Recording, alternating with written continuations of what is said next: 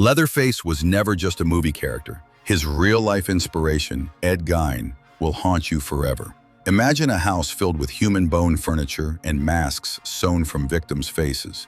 Hollywood barely scratched the surface of his true madness. Leatherface was never just a movie character, and the real story behind him will haunt you forever. Ed Gein, the butcher of Plainfield, Wisconsin, inspired this terrifying figure after police discovered his house of horrors in 1957. They found furniture made from human bones, bowls crafted from skulls, and most disturbing of all, masks sewn from the faces of his victims. Gein would dig up freshly buried corpses from local cemeteries, taking them home to create his grotesque collection. When he ran out of bodies to steal, he started killing.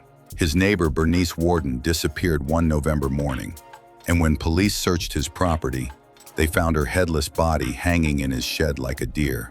But the real nightmare was his obsession with becoming a woman.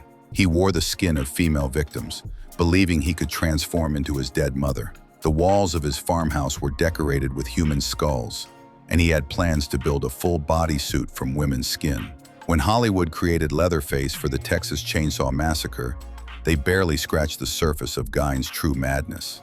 The chainsaw-wielding maniac you see on screen pales in comparison to the real monster who walked among us. Despite the nightmare he inspired, Gein was never sentenced to prison. Instead, he was deemed unfit for trial, sent to a psychiatric institution where he lived out his days until 1984. His gruesome legacy has seeped into pop culture, inspiring films like Psycho and Silence of the Lambs. While his life seemed mundane, Gein's barbaric crimes shattered his rural community forever.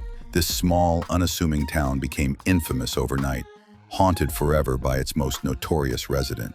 And perhaps what chills the bone most is the reminder of how evil can lurk behind the most unsuspecting of eyes, hidden away until finally discovered in a macabre revelation.